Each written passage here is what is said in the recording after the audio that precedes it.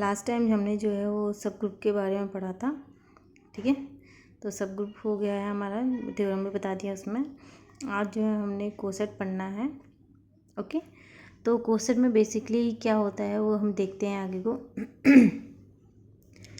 तो coset, if G is a group, H is a subgroup and A is any element in G, ठीक है। तो क्या G group है, H subgroup है और A क्या है, एलिमेंट है G में। Then the set HA where H belongs to capital H is called the right coset generated by A and H, ठीक है, and it is denoted by HA। तो क्या कर रहा हो, A और H से क्या है, एक सेट राइट कोसेट जो है जनरेट हो रहा है, ठीक है, जिसे डिनोट करते हैं हम HA से। अब AH लिखेंगे तो बेसिकली ये क्या हो जाएगा, लेफ्ट कोसेट, ठीक है। तो ये बेसिकली क्या हो गया, मल्टीप्लिकेटिव के रिस्पेक्ट में मैंने बता दिया आपको, ठीक है। एक इसमें HA और AH जो है ये मल्टीप्लिकेटिव के रिस्पेक्ट में आपको मैंने बताया है। एडिशन के रिस्पेक्ट में हम नीचे देखेंगे, ठीक है। G क्या इसमें मल्टीप्लिकेटिव है। अब G जो है एडिटिव उसमें फॉर्म में हो। अब बेसिकली कोसेट जो हमने बताया था क्या है, रेजिडुअल क्लास मॉड्यूल सब ग्रुप, कहते क्या हैं इसे, रेजिडुअल क्लास मॉड्यूल ऑफ सब ग्रुप, ठीक है। अब एडिटिव के रिस्पेक्ट में हम देखते हैं सब ग्रुप में G अगर क्या है, एडिटिव है, एडिटिव के फॉर्म में है, तो H plus A where H A, ठीक है, H plus A where H belongs to H is right coset, okay. और A plus H belongs to H is left coset, ठीक है। अब A को देख लीजिए, अगर राइट में आया तो राइट कोसेट, लेफ्ट में आया तो left coset, okay. Then next जो है इसमें थ्योरम्स हैं, तो थ्योरम्स हम देखते हैं, ठीक है। एनी टू राइट और लेफ्ट कोसेट, ठीक है, राइट और लेफ्ट कोई भी कोसेट हो, H, ठीक है, आर आइदर डिजॉइंट और आइडेंटिकल, डिजॉइंट होते हैं और आइडेंटिकल होते हैं, ठीक है। इफ़ H बी आ सब ग्रुप ऑफ ग्रुप G, ठीक है, देन एनी टू लेफ्ट और right coset H in G are either identical और डिजॉइंट, सेम वही बात कह रहे हैं। तो H क्या होता है, H A इक्वल्स टू क्या होना चाहिए, मतलब इसको सिंपली हम बताएं तो H A इक्वल्स टू क्या होना चाहिए, H B, okay. And H A intersection H B equals to क्या होना चाहिए, 5। कितना क्लियर होगा, ठीक है। तो इसके बाद हम नेक्स्ट थ्योरम देखते हैं। इफ़ H इज़ फाइनाइट, ठीक है, H क्या है, फाइनाइट है, the number of element in a right coset of H is equal to the order of H, ठीक है।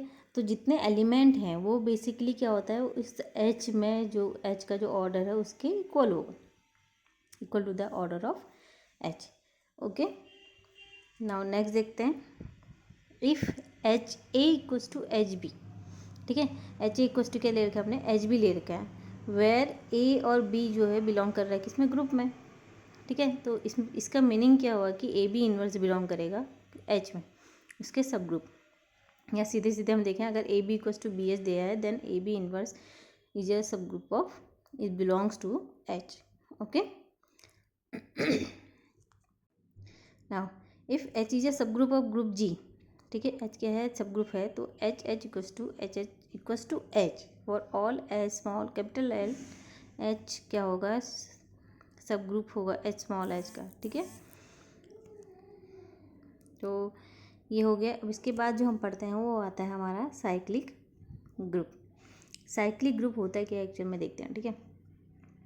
A group G is called cyclic, ये ग्रुप G को cyclic तब कहेंगे जब A बिलोंग कर रहा है G में, for all X belongs to G of the form A where any some integers, ठीक है, then A is called a generator of G, okay. Means जो उसके एलिमेंट है जिनसे वो बन रहा है वो बेसिकली क्या कहलाते हैं, उसके जनरेटर कहलाते हैं, ठीक है।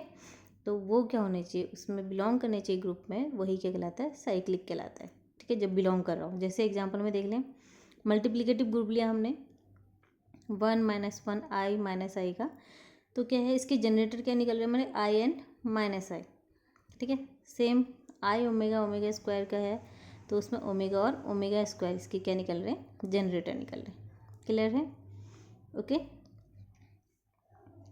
नेक्स्ट देखते हैं, इसमें थ्योरम है, ओके। तो पहला है एवरी साइक्लिक ग्रुप इज एबिलियन, ठीक है, एवरी साइक्लिक ग्रुप इज एबिलियन। अब एबिलियन बताया था मैंने स्टार्टिंग में, देखिए कम्यूटेटिव लॉ फॉलो करना चाहिए ग्रुप के साथ, तो वो एबिलियन कहलाता है, okay. Second, the order of a cyclic group is same as the order of is generator, means cyclic group का जो ऑर्डर होगा वो सेम होगा किसके, उसके जनरेटर के ऑर्डर के बराबर. If A is generator of cyclic group then A inverse also is its generator. अगर ए इसका जनरेटर हो रहा है तो ए इनवर्स भी उसका जनरेटर होगा. क्लियर है? ठीक है. तो नेक्स्ट है, every group of prime order is cyclic. मतलब प्राइम ऑर्डर का जो ग्रुप होता है वो क्या होता है, साइक्लिक बनता है. नेक्स्ट है, इफ अ फाइनाइट ग्रुप और order N contain N element of order N the group must be cyclic. ठीक है, फाइनाइट ग्रुप का क्या होता है, ऑर्डर एन का जो होता है वो भी क्या एक साइक्लिक ग्रुप फॉर्म करता है. ओके, क्लियर इतना. अब 6 में देखते हैं, every isomorphic image of a cyclic group is cyclic. Isomorphic के बारे में मैं आपको बताऊंगी बाद में. ठीक है, होमोमॉर्फिक आइसोमॉर्फिक ये बताऊंगी. तो अभी देख लीजिए कि साइक्लिक ग्रुप क्या होता है, आइसोमॉर्फिक का साइक्लिक ही होता है. क्लियर है. अब एक थ्योरम और है इसमें कि if a cyclic group G generated by an element A. ठीक है, कोई साइक्लिक ग्रुप जनरेट हो रहा है किसका, ऑर्डर एन का. तो A to the power M is a generator if M and N are relatively prime. M और एन अगर प्राइम होंगे तो वो A to the power M क्या हो जाएगा, इसका जनरेटर कहलाएगा. ठीक है, अब मैंने यहाँ पे एक एग्जांपल लिखा है, साइक्लिक ग्रुप है ऑर्डर 10 का. तो ऑर्डर 10 है. ठीक है, तो order of A equals to 10 है. तो मीन्स ये क्या है, ग्रुप का भी ऑर्डर. ये थ्योरम में इससे पहले बताया था मैंने थ्योरम में. ठीक है, अब देखिए इसमें बनते क्या क्या है. ठीक है, जी को हम क्या क्या लिख सकते हैं, जी में क्या क्या एलिमेंट्स आ जाएंगे, हमारा आ जाएगा A square, A cube, A to the power 4, A to the power 5, A to the power 6, A to the power 7, A to the power 8, A to the power 9 और A to the power 10 equals to E. Okay, 10 equals to E इसलिए लिखा है क्योंकि last में हमें order कितना दे रखा है, 10 दे रखा है. ठीक है, अब हमें निकालना क्या है, प्राइम. ठीक है, तो प्राइम बेसिकली होता है क्या है, आपको पता ही होगा. ठीक है, तो यहाँ पे देखिए, अब हम m और 10 का देखें रिस्पेक्ट में, मतलब हम दोनों उन दोनों के बीच में क्या आने कॉमन 1, क्योंकि हमें क्या निकालना है, प्राइम नंबर. प्राइम में क्या होता है, एक तो 1 कॉमन होता है या एक इटसेल्फ खुद का होता है. ठीक है, 2 नंबर होने चाहिए बस. ओके, तो अब A1 में क्या होगा, हो सकता है 1 और 10 को अगर हम लें तो इसमें कॉमन क्या होगा, एक 1 हो सकता है, एक 10 हो सकता है. ठीक है, तो A इसका जनरेटर हो गया. ए स्क्वायर, स्क्वायर में लेंगे तो 2 और 10 में कॉमन आता है.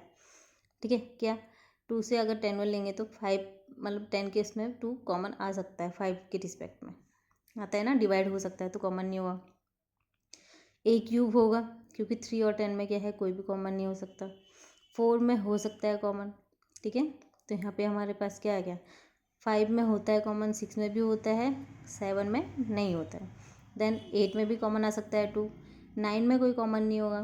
तो बेसिकली हमने क्या देखा है, यहाँ 4 टर्म लिखे ना, तो ये बेसिकली इसके क्या कहलाए, इसके जनरेटर कहलाए. क्लियर है इतना. ये इसलिए हैं क्योंकि ये क्या है, प्राइम नंबर्स है, इसलिए ये इसकी क्या कहलाए, जनरेटर कहलाए. अगर क्वेश्चन इस तरह से आए तो आप आराम से इसे बता सकते हो. सिर्फ आपको क्या देखना है कि उसमें क्या होना चाहिए, एम और एन आपस में क्या होने चाहिए, प्राइम होने चाहिए. ओके, अब इसके बाद जो है हमें पढ़ाना है आपको नॉर्मल सब ग्रुप. ठीक है, तो नॉर्मल सब ग्रुप के बारे में हम डिटेल में आपको इसके बारे में पढ़ाएंगे. Thank you.